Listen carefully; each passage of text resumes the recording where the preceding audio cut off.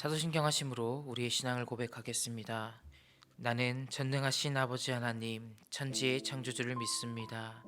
나는 그의 유일하신 아들, 우리 주 예수 그리스도를 믿습니다.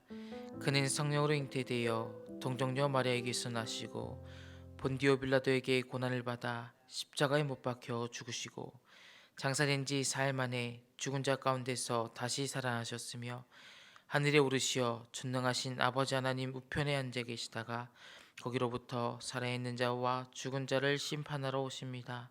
나는 성령을 믿으며 거룩한 공교회와 성도의 교제와 죄를 용서받는 것과 몸의 부활과 영생을 믿습니다. 아멘. 찬송가 365장 부르시겠습니다. 찬송가 365장입니다. 마음속에 근심 있는 사람 주 예수 앞에 달아여라. 슬픈 마음 있을 때에라도 주 예수께 아뢰라. 주 예수 앞에 달아여라. 주 우리의 친구니 무엇이나 근심하지 말고 주 예수께 아뢰라. 눈물 나며 깊은 한숨 쉴 때 주 예수 앞에 아뢰어라. 은밀한 죄 내게 있더라도 주 예수께 아뢰라. 주 예수 앞에 아뢰어라. 주 우리의 친구니 무엇이나 근심하지 말고 주 예수께 아뢰라. 괴로움과 두려움 있을 때 주 예수 앞에 아뢰어라. 내일 일을 염려하지 말고 주 예수께 아뢰라. 주 예수 앞에 아뢰어라. 주 우리의 친구니 무엇이나 근심하지 말고 주 예수께 아뢰라. 죽음 앞에 겁을 내는 자여 주 예수 앞에 아뢰어라. 하늘나라 바라보는 자여 주 예수께 아뢰라. 주 예수 앞에 아뢰어라. 주 우리의 친구니 무엇이나 근심하지 말고 주 예수께 아뢰라. 아멘. 다 같이 기도하며 나아가시겠습니다. 오늘도 나라와 민족을 위해서 기도할 때 하나님께서 변함없이 민족을 붙들어 주시고 대통령과 이 나라의 위정자들에게 하나님을 두려워하는 마음과 정직한 마음을 주셔서 이 나라를 이끌어갈 수 있게 하시도록 이 나라가 주님의 긍휼에 힘입어서 주님 오시는 그날까지 복음의 사명을 잘 감당해 나갈 수 있도록 이를 위해 한국교회를 다시 깨워주시고 이 땅의 연교회가 기도하는 일에 마음 쓰고 늘 깨어있도록 기도하시길 바랍니다. 특별히 이스라엘과 팔레스타인 전쟁이 계속 진행되고 있는데 하나님이 함께 하셔서 그들의 분쟁이 해결되고 속히 종결되어 그 땅에 고통받고 아픔받는 자들이 더 이상 생존하지 않을 수 있도록 기도해 주시길 바랍니다. 교회를 위해서 기도할 때 우리 교회 머리는 예수 그리스도시니 주께서 통치하셔서 성령의 다스림과 인도하심에 의해 이끌려가는 교회가 되도록 오늘도 흩어져 있는 모든 성도 붙들어 주시고 날마다 모든 성도가 성령 안에 깨어있는 신령한 자가 되어 주님과 동행하며 성령 충만한 삶을 살아내도록 우리 예배를 위해서 기도할 때 우리가 드리는 모든 예배마다 성령의 임재가 가득하고 온 성도가 예배하는 일에 최선을 다하고 예배에 감격을 삼아하는 교회 되도록 기도해 주시길 바랍니다. 그리고 더 행복주의가 진행되고 있는 가운데 어제는 태신자 본 작적 카드를 작성하였습니다. 작정된 영혼들을 위하여 기도해 주셔서 많은 이들이 주께로 돌아와 하나님의 구원의 기쁨을 누리는 기회가 되어지도록 아직 작정하지 못한 성도들은 순종하는 마음으로 하나님이 기뻐하시는 복음 전파의 사역에 마음 쓰고 힘을 써볼 수 있도록, 그래서 온 교회가 하나됨으로 기도함으로 순종함으로 전도제가 기쁨의 축제가 될 수 있도록 기도해 주시길 바랍니다. 오늘은 창원 비전 드림 교회 한영희 목사님을 위해 기도하겠습니다. 성도들이 성령 충만하여 예배자와 사명자로 쓰임 받도록, 창원의 영적으로 갈급한 많은 심령들이 비전 드림 교회를 통해 구원받을 수 있도록, 똘망 어린이 도서관과 공부방과 다이스포츠 클럽을 통해 많은 영혼을 만나고 다음 세대를 살리며 부흥케 되도록, 칼갈이 섬김으로 많은 영혼을 만나 그들을 구원에 이르게 하는 사역을 잘 감당할 수 있게 하도록 기도 제목 주셨습니다. 이 시간 나라를 위해, 교회를 위해, 창원 비전 드림 교회 한영희 목사님을 위해 주님의 이름 한번 부르고 통성으로 기도하겠습니다. 주여, 주님 감사합니다. 이 새벽에 주님 앞에 나와 하나님을 예비하는 자리에, 기도하는 자리에 우리를 이끄시니 감사합니다. 마음과 뜻과 정성을 다하여 주님을 바라보고 예배에 나간 우리의 심령 가운데 주님 성령의 기름을 부어주시고 성령의 담비를 부으셔서 우리 안에 갈급한 하나님을 향한 갈망이 해결되어지게 하시고 주님 말씀 따라 살아갈 수 있는 우리의 매일매일의 삶이 될 수 있도록 주님 붙들어 주시옵소서. 오늘도 이 나라와 민족을 위해 기도합니다. 이 나라의 주인 되신 예수 그리스도를 하나님 주님의 통치를 기대하며 소망하며 감사함으로 기대하며 나아갑니다.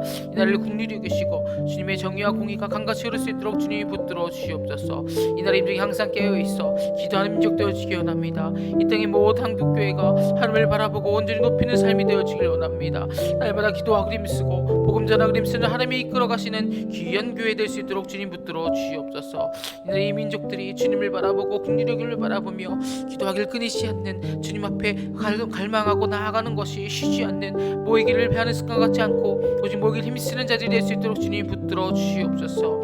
하나님 이스라엘과 팔레스타인 전쟁 가운데 하나님께서 붙드셔서 하나님 그들의 전쟁이 그리고 분쟁이 속에 종결되어지게 하시고 그 땅 가운데 아픔이 가득합니다. 그 아픔을 싸매시고 위로하시고 하나님 그곳에 더 이상 아픔이 있는 자들이 넘쳐나지 않을 수 있도록 주님이 붙드시고 인도하여 주시옵소서. 우리 교회를 위해 기도합니다. 교회 주인 예수 그리스도가 우리 교회를 통치하시고 하나님 모든 성도들이 주님 신령한 자가 되어 성령의 이끌림 받는 자를 되어지게 하시고 어느 곳에 있든지 삶으로 예배하며 주님께 영광 돌리는 삶이 되어지게 하여 주시옵소서. 전도 주제 중입니다. 하나님도 대신자 국가들을 작정하였습니다.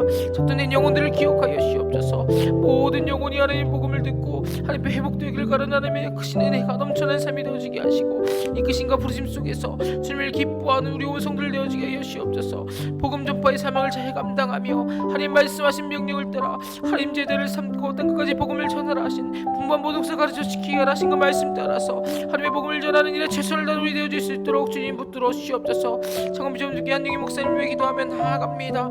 하나님 성도들이 성령 충만하여 예비자와 사명대로 쓰임받게 하시고 하나님 갈급한 많은 영혼들이 창원에 있는 모든 영혼들이 비전 드림 교회를 통하여 인도되어지고 하나님의 영혼 구원의 역사가 일어나시게 주님 붙들어 주시옵소서. 행하시는 사역들이 있습니다. 똘망 어린이 도서관 사역과 공부방과 다이스포츠 클럽 칼갈이 모든 사역까지 하나님 전도를 위하여 구원을 위하여 영혼을 위하여 교회가 행하는 모든 사역들이 오니 하나님 저 지혜와 명철 주시고 돕는 이들을 붙여주시고 하나님 모든 사역에 필요한 재능들까지도 하나님 산업부터 열까지 다 채워주시는 놀라운 역사가 저건 비전 드림 교회 가운데 넘쳐날 수 있게 주님 붙들어 주시옵소서. 하나님 오늘도 이 시간에 아파하는 주의 성도들과 자녀들이 있다면 깨끗이 국률하신 것 주의 보혈의 능력으로 치유하여 주시옵시고 하나님 아픔 있는 모든 지체들이 회복됨으로 주님을 더욱더 예비하고 하나님을 찬양하는 갈망하는 주의 자녀들이 될 수 있도록 주님 붙들어 주시옵소서. 이 새벽에 나와 하나님을 예배하며 말씀 가운데 나아가오니 주님 진리의 영 되신 주님께서 은혜 중에 은혜를 더하시고 하나님을 더욱더 갈망하며仰망하는 시간들로 채우시고 붙드시고 인도하여 주시옵소서. 주님 감사합니다. 주님 인도하여 주시옵소서.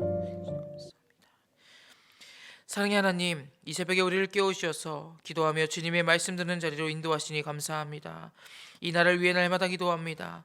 하나님께서 변함없이 민족을 붙들어 주시고 대통령과 이 나라의 위정자들에게 하나님을 두려워하는 마음과 정직한 마음을 주셔서 이 나라를 이끌어갈 수 있게 하여 주시옵소서. 이 나라가 주님의 국률에 힘입어서 주님 오시는 그날까지 복음의 사명을 잘 감당하게 나가게 하시고 이를 위한 국교를 붙들어 주셔서 이 땅에 온 교회가 기도하는 일에 마음 쓰고 늘 깨어 있도록 하여 주시옵소서. 그리고 이스라엘과 팔레스타인 전쟁이 계속 진행되고 있습니다. 사랑의 하나님이 그들과 함께 하셔서 분쟁이 해결되고 전쟁이 속히 종결되어 하나님의 평강이 그곳에 임하게 하시고 그 땅에 고통받고 아픔받는 자들이 더 이상 생겨나지 않을 수 있도록 은혜를 내려 주시옵소서. 하나님 우리 교회를 위해 기도합니다. 우리 교회 머리는 예수 그리스도시니 주께서 통치하셔서 성령의 다스림과 인도하심에 의해 이끌려가는 교회가 되게 하시고 오늘도 모든 성도들을 붙들어 주셔서 어느 곳에 있든지 성령 안에 깨어있는 신령한 자가 되어 주님과 동행하며 성령 충만한 삶을 살아내게 하여 주시옵소서. 우리의 드려지는 모든 예배를 위해 기도합니다. 성령 임재가 가득한 예배 되어지게 하시고 온 성도가 예배하는 일에 최선을 다하고 끝까지 예배의 감격을 사모하는 교회가 되게 하여 주시옵소서. 더 행복 축제가 진행되고 있습니다. 특별히 태신자 작전 카드를 작성하였는데 더 행복 축제를 통하여 많은 이들이 주께로 돌아와 하나님의 구원의 기쁨을 누리는 기회가 되게 하시고 아직 작정하지 못한 성도들은 순종하는 마음으로 하나님이 기뻐하시는 복음 전파의 사역에 마음 쓰고 힘을 써볼 수 있고 그래서 온 교회가 하나됨으로 기도함으로써 순종함으로써 전도 축제가 정말로 우리끼리의 축제가 아니라 하나님이 가장 먼저 기뻐하시는 기쁨의 축제의 장이 될 수 있도록 주님 인도하여 주시옵소서. 말씀 시간입니다. 하나님의 말씀만 전해지게 하시고 말씀을 들을 때에 깨달아 알고 성령의 역사하심이 있는 귀한 예배 시간 되게 하여 주시옵소서. 감사드리며 예수님의 이름으로 기도드립니다. 아멘. 오늘 말씀은 열왕기상 20장 1절에서 12절 말씀입니다. 열왕기상 20장 1절에서 12절 말씀 보도록 하겠습니다.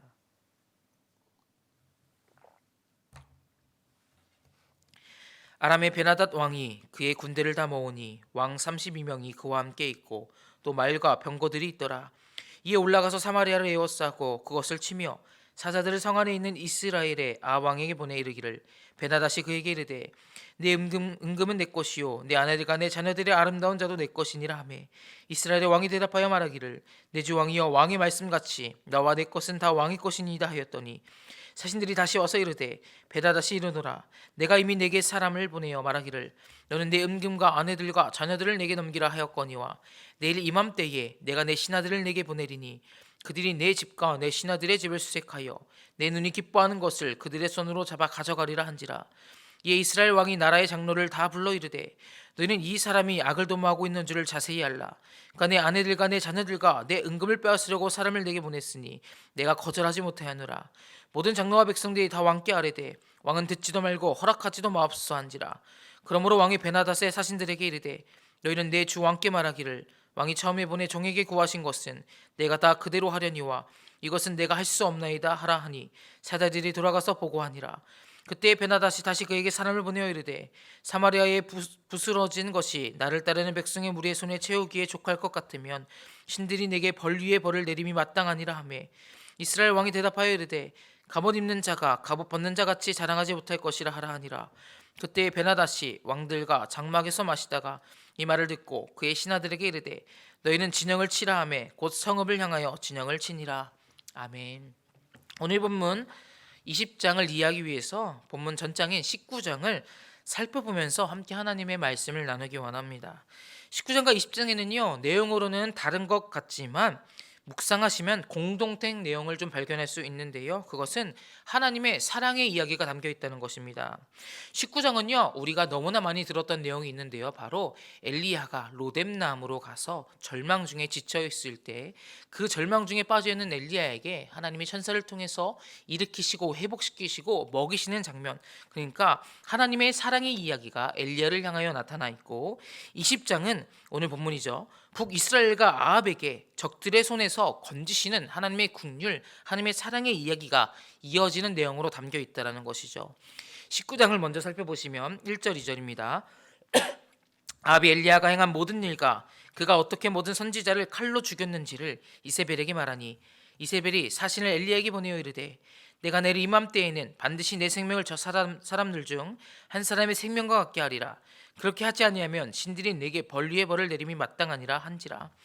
아시겠지만 엘리야가 갈멜산에서 전투한 것은 바알과 아스라 선지자들과 전투한 것은 엄청나게 큰 승리였습니다. 성경에서도 이렇게 큰 승리는 있지 않습니다. 얼마 있지 않죠. 갈멜산은 심지어 바알과 아세라 선지자들이 신당을 세워놓고 그들의 신을 경배했던 곳이었습니다. 구약시대를 보게 되면 산이라는 위치는 그들이 생각하기에 신과 가까운 곳이라 여겨졌기 때문에 그들의 신을 섬기기 위해 숭배하기 위해 많은 신전들이 자리했던 곳이죠. 그러니까 갈멜산은 바알과 아세라의 아지트인 거죠. 그러니까 엘리야는 그런 곳에 그들을 초청하여 그들의 아지트에서 하나님의 참된 신임을 증명하였고 정말로 놀라운 큰 승리로서 하나님의 완벽한 승리를 재현해 냈습니다. 그 승리 후에 엘리야 선지자는 어떤 생각을 했을까요? 이제 하나님이 승리하셨으니 이스라엘 백성들이 돌아오겠거니라고 생각했겠죠. 이스라엘은 이제 변화될 것이다라고 생각했을 것입니다. 이제 제약된 모습을 버리고 이스라엘 참신신 하나님께 다시 돌아오겠구나. 하나님을 괴롭혔던 아합과 이세벨 또한 하나님의 크심을 찬양하지 않을 수 없겠지라며 생각했겠죠. 그러나 19장 1절부터 보게 되면 벌써부터 바알과 아세라 선지자를 다 죽였음에도 불구하고 아합과 이세벨, 특별히 이세벨 여왕은 하나님께 전혀 굴복하지 않았죠. 이세벨 여왕은 엘리야에게 사람을 보내어 자신의 분노를 얘기합니다. 내가 사람을 보내서 너를 반드시 죽일 거야 라고 말을 합니다. 예고하죠. 이 말을 들은 엘리야는 생명의 위협을 느끼고 도망을 치게 됩니다. 얼핏 봐도 이상한 상황입니다. 엘리야 선지자는 방금 큰 승리를 경험했습니다. 간단한 승리도 아니고 하나님의 이름으로 하나님의 손을 붙듦으로써 엄청난 큰 승리를 했죠. 그런데 자신을 죽이겠다던 이세벨의 위협에 목숨의 위협을 느끼고 도망을 가고 있는 상황입니다. 바로 앞장에서 큰 승리한 위풍당당한 모습이 사라졌죠. 바알과 아세라로부터 하나님의 백성들, 이스라엘 백성들을 지켜낸 모습이 사라졌습니다. 참신은 오직 여호와 하나님이다라는 사실을 증명했음에도 불구하고 목숨의 위협 앞에 그는 초라해집니다. 엘리야는 어느 순간 시야에서 하나님의 존재를 놓친 거죠. 보이는 상황과 사건에만 주목하다 보니까 낙심과 불안감에 짓눌리게 되었고, 결국 르네다문 밑에서 하나님 앞에 이제 넉넉하오니 나의 생명을 거두소서라고 자신의 생명을 내어놓는 영적 침체에 이르게까지 이르릅니다. 그런데 19장 내용을 보시게 되면 하나님은 열정도 사라지고 의욕도 상실한 채 그저 죽기만을 기다리고 있는 엘리야를 꾸중하지 않습니다.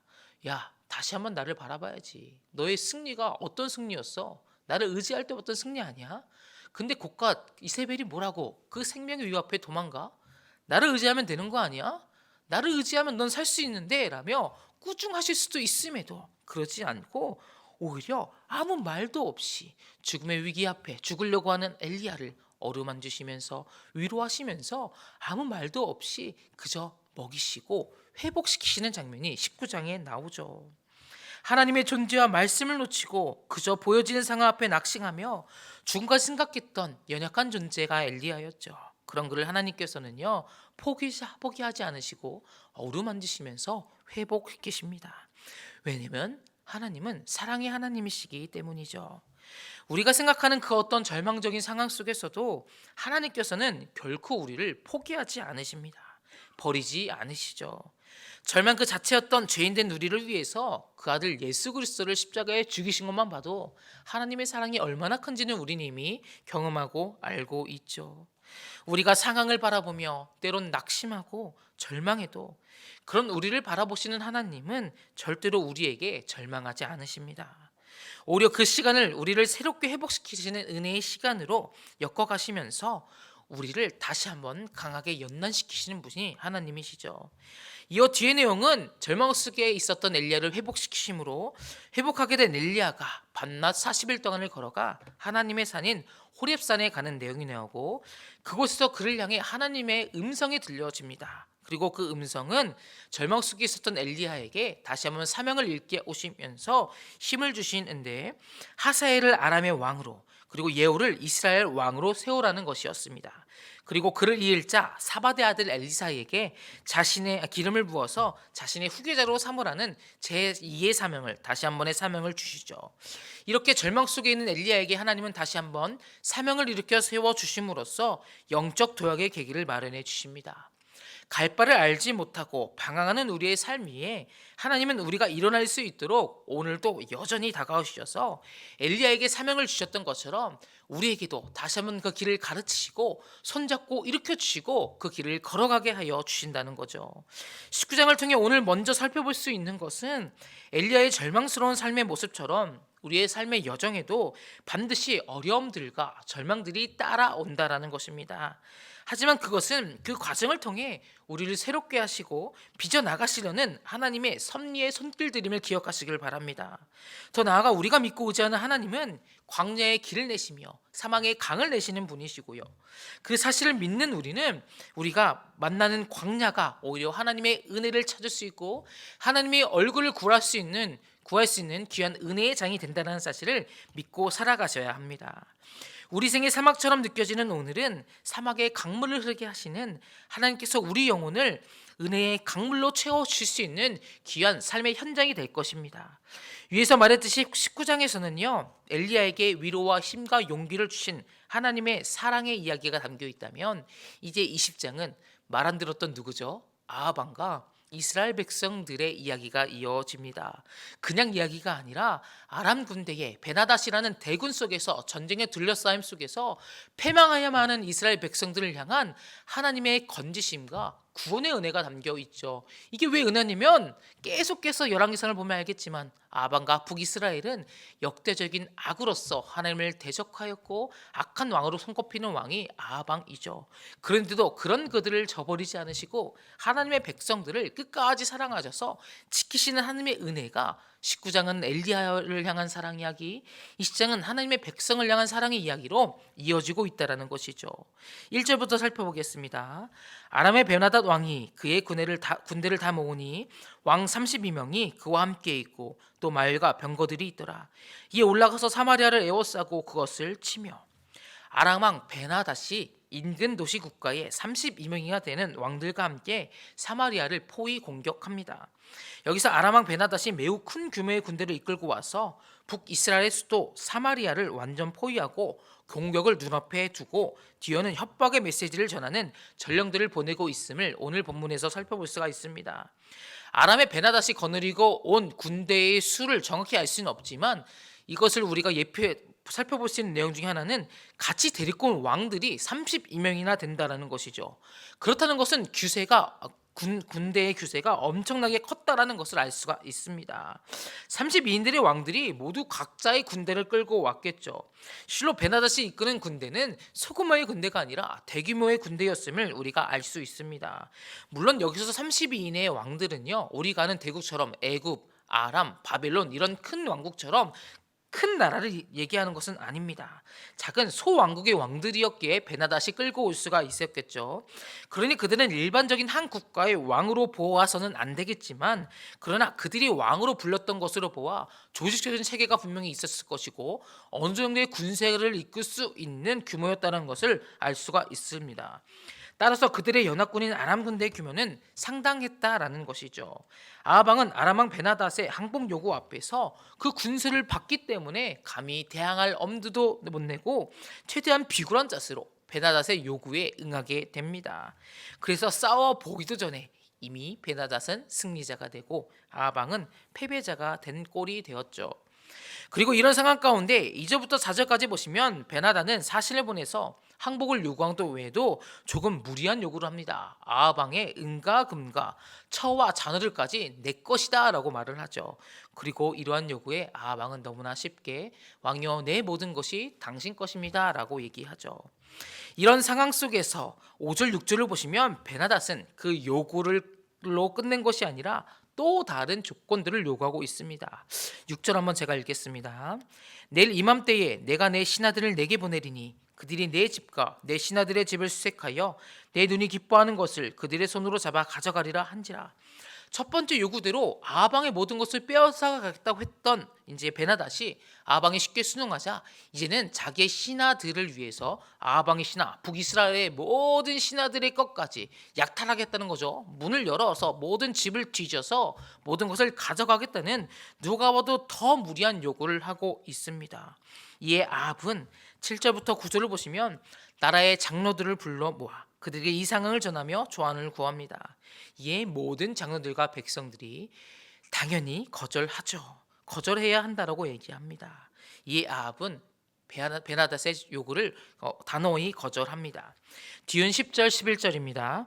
그때 베나닷이 다시 그에게 사람을 보내어 이르되 사마리아에 부스러진 것이 나를 따르는 백성의 무리의 손에 채우기에 족할 것 같으면 신들이 내게 벌 위에 벌을 내림이 마땅하니라 하매 이스라엘 왕이 대답하여 이르되 갑옷 입는 자가 갑옷 벗는 자 같이 자랑하지 못할 것이라 하라 하니라. 베나닷은 이제 사마리아를 완전히 멸망하겠다고 선포합니다. 사마리아 성을 불태워 그 죄를 아람 군사가 모두 가져간다 해도 오히려 죄가 부족할 만큼 강한 군사력을 과시하면서 저주하듯 선포하는 거죠. 너네 모든 것을 다 아스러지고 바스러뜨릴 거야. 그 죄를 백성들이 했을 때 이 손에 잡힌 채 가져가면 작은 규모의 전듯이 손에 넘쳐나도록 아예 멸망시켜버릴 거야 라고 선포하는 거죠. 승에 대한 자신감을 나타내고 있습니다.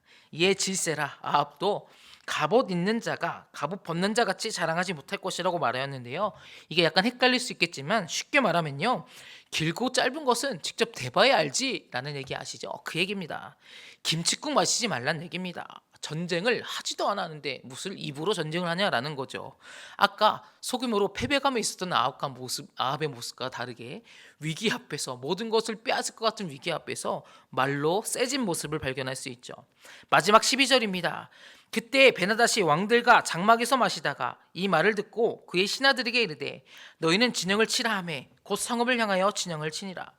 아합의 말을 듣고 베나닷은 이스라엘을 치기 위한 진영을 구축함으로써 오늘 본문은 마무리됩니다. 오늘 본문이 마무리된다고 해서 20장이 마무리된 게 아니라 12절로 마무리된 거죠. 사실 20장의 내용은 12절까지만 봐서는요. 감질만 나는 드라마처럼 이 전쟁 이야기의 서문에 해당합니다. 서론에 해당하죠. 뒤에 나오는 전쟁의 내용이 사실 하나님의 북이스라엘과 아합을 향한 긍휼과 사랑의 모습이 나오는데 결론을 한번 그래도 먼저 말하면요. 베나닷은 전투를 하기 전 자신의 군세와 국가 간 전력을 믿고 교만한 모습으로서 함께한 왕들과 함께 술판을 벌입니다. 전쟁을 앞두고 술판을 벌이는 거죠. 과시여기고 교만의 절정을 보여주게 되는 것이죠. 그리고 하나님께서는요, 이 전쟁에서 당신이 역사의 주인이시며 온 세계의 주권자이심을 선포하시면서 교만한 베나닷을 심판하십니다. 그리고 하나님의 은혜로서 아합과 그의 백성들이 젊은이들이라고 표현하고 소수의 인원임에도 불구하고 왕들과 모든 군세들을 쳐서 쫓아내는 대승리를 하게 됩니다. 승리의 기쁨을 안고 사마리아로 아합은 돌아올 수 있게 되죠. 그때 하나님은 다시 선지자를 준비시키셔서 베나닷이 내년 봄에도 다시 군세를 정비해서 다시 쳐들어올 테니까 만반의 준비를 갖추라고 여호와의 말씀을 아합 왕에게 전합니다. 아합은 그 말을 듣고 전쟁을 잘 준비해서 그쵸? 하나님이 이미 알려신 전쟁이기 때문에 패배할 수가 없는 것이죠. 2차 전쟁도 큰 승리로 이기게 됩니다. 그러나 문제가 발생하죠. 하나님의 은혜로 전쟁에서 승리하게 된 아합이지만 하나님의 뜻과 다르게 하나님은 하나님을 거역한 모든 대적들을 향하여 완전한 멸망을 늘 얘기하셨었는데 아합 왕은 이제 패배하게 된 이제 베나닷과 그의 신하들이 완전 항복을 하게 되자 아합은 자신의 옳은 대로 자신의 소견대로 그들을 용서하고 자신의 수레를 태우고 베나닷을 나의 형제다라고 선포하며 자기만의 아량을 베풀어 버리죠. 그러나 이것은 하나님의 뜻과 정반대되는 내용입니다. 그로 인하여 하나님은요 진노를 사시게 되면서 베나닷이 죽었어야 됐고 베나닷의 백성들이 죽었어야 하는 것을 아합 너의 목숨과 너의 백성들이 대신하게 될 거야 라고 하면서 20장이 마무리되죠. 그러니까 아합의 행동으로 인하여 아합이 베나닷을 죽이고 백성들을 진멸하였다면 구원받을 수 있었던 온전한 기회가 다시 한번 아합의 교만으로 인해 아합의 맘대로 행함으로 인해 자신의 생명과 자신의 백성들까지도 멸망하게 될 것을 예언받게 되죠. 이것은 뒤이어 내일부터 살펴보실 내용이고요. 오늘 본문 속에서는 1절 한 번만 더 다시 살펴보고 말씀을 맞춰보려고 합니다. 1절입니다. 아람의 베나닷 왕이 그의 군대를 다 모으니 왕 32명이 그와 함께 있고 또 말과 병거들이 있더라. 이에 올라가서 사마리아를 에워싸고 그것을 치며 오늘 본문을 보신 바와 같이 아합은 눈에 보이는 그런 군세를 보고 싸우기 전에 패배자가 되었습니다. 이것은 아합 왕이 눈으로 보고 확인한 것만을 근거로 하여 판단을 내렸던 것이죠. 그런데 삶을 살다 보면요, 세상의 모든 일에는 반드시 예외가 있고 변수가 등장하게 됩니다. 그리고 그것은 전쟁이라고 예가 아니죠. 고대 전쟁에서는 전술이라든가 군사들의 정신력 등이 전쟁의 승패를 좌우하는 결정적 요인으로 작용하기도 하였죠. 물론 지금 상황을 보게 되면 수많은 군대 몇십 배, 몇백 배가 날 수 있는 수많은 군세가 보이기 때문에 패배를 기정사실하는 것이 당연할 수도 있습니다. 그러나 우리는 알고 있죠. 이스라엘 백성들에게 전쟁에 있어서 요소는 눈으로 보이는 것이 아니라 전쟁의 주관자 되시는 하나님을 눈을 들고 향할 때, 하나님께 손을 구할 때 전쟁이 하나님께 속한 것이라는 사실은 그들이 기억했어야 되는 거죠. 눈에 보이는 것보다 눈에 보이지 않는 것이 가장 중요했던 상황이 이스라엘 백성들 앞에 놓인 이 아람왕과의 전투의 장면이었다는 거죠. 하나님의 선민이었기에 따라서 북이스라엘이 믿음으로 타락하기는 하였지만 하나님을 찾고 구할 수 있었다면, 그들이 진심으로 회개한다면 이 생명의 위기 앞에서, 그 무리한 요구 앞에서, 그 군세 앞에서 하나님의 손으로 구원하여 주시옵소서라고 그들이 하나님을 찾을 수가 있었다면 이 위기는 전혀 문제가 될 수가 없었죠. 그런데 아합은 믿음이 없기에 눈에 보이는 것만으로 판단을 함으로써 걷잡을 수 없는 불안과 공포감에 빠지게 되었고, 결국 베나단의 위협에 굴복하여 굴욕적인 자세를 취하게 되었던 것입니다. 이렇게 본문은 우리에게 눈에 보이는 것만을 근거로 내리는 판단이 결국 온전치 못함을 얘기해 주고 있습니다. 우리에게 필요한 것은 위기가 닥쳐올 때 위기 너머에 함께 계시는, 우리를 긍휼히 여기시고 사랑을 베풀어 주시는 하나님을 바라볼 수 있는 믿음의 눈이겠죠. 믿음의 눈은 우리로 하여금 하나님의 뜻을 세우게 하면서 육안으로만 보는 것보다 더욱 온전한 모습으로 내가 처한 상황과 문제와 지금 내가 당면한 모든 것에 대처할 수 있게 해줍니다. 예를 들어 여호수아와 갈렙을 우리가 생각해 보면, 온 이스라엘 자손이 하나님을 보지 못하고 그들 눈에 보이는 안악 자손으로 인해 이미 자신들은 끝장이라고 얘기하고 있을 때 그들 중 둘만 믿음의 눈으로 전쟁 너머에 계신 하나님을 바라볼 수가 있었죠. 그래서 그 거대한 안악 자손을 대하여 민수기 14장 9절에 그들은 우리의 밥이다, 이제 하나님이 명하시면 그 땅을 취하기만 하면 된다라는 믿음의 고백을 할 수가 있었죠. 이스라엘 모든 백성을 이끌어 약속을 믿는 자만이 차지할 수 있는 가나안 땅에 어떻게 됐어요? 믿음의 1세대들은 다 죽었지만 그 믿음의 고백을 했던 여호수아와 갈렙만 가나안 땅에 들어갈 수가 있었죠. 우리에게도 이러한 동일한 믿음의 눈이 있기를 소망합니다. 하나님께서 우리에게 말씀하고 계시는 것은 내가 지금 현실에 당면한 상황과 문제에 대하여 어떻게 취하는 자세가 현명한 것인지를 알려주고 계신 것입니다. 바라기는 오늘 말씀을 기억하시면서 믿음의 눈을 가지고 하나님의 뜻을 구하고 찾아내려는 적극적인 삶을 살 수 있기를 소망합니다. 그래서 믿음으로써 하나님이 날마다 우리에게 말씀하시는 그것을 바라보고 향하고 순종함으로써 믿음의 발걸음을 내들어 가시는 오늘의 하루와 우리의 모든 삶이 되기를 주님의 이름으로 소망합니다. 주기도문 하겠습니다. 하늘에 계신 우리 아버지, 아버지의 이름을 거룩하게 하시며 아버지의 나라가 오게 하시며 아버지의 뜻이 하늘에서와 같이 땅에서도 이루어지게 하소서. 오늘 우리에게 일용할 양식을 주시고 우리가 우리에게 잘못한 사람을 용서해 준 것 같이 우리 죄를 용서해 주시고 우리를 시험에 빠지지 않게 하시고 악에서 구하소서. 나라와 권능과 영광이 영원히 아버지의 것입니다. 아멘. 주신 말씀과 개인의 기도 제목 놓고 기도하시다가 자유롭게 돌아가도록 하겠습니다. 주님의 이름 한번 외치고 통성으로 기도합니다. 주여, 주님 감사합니다. 하나님의 은혜로 오늘도 이 자리에 하나님 살아 숨쉬며 주님을 예배하는 자리로 우리가 있게 하시는 너무나 감사합니다. 날마다 주님의 긍휼을 입어 하나님의 은혜를 입어 살아가는 우리임을 기억하게 하여 주옵소서. 하나님의 말씀 없이는 살 수 없고 하나님의 믿음의 눈 없이는 우리가 세상을 살아갈 수 없음을 고백하며 나아가는 우리의 믿음의 정들이 되어지기 원합니다. 삶을 살아가며 하나님의 말씀이 우리에게 분명히 들릴 때에 의심하지 않게 하시고 하나님 믿음의 눈을 들어서 신실하신 하나님 우리와 동행하시고 하나님 우리의 위기 뒤에 넘어서서 그 뒤에 서 계시고 우리 이끄시는 하나님의 손길을 경험하며 믿음 따라 나아가는 우리가 되어지게 하여 주옵소서.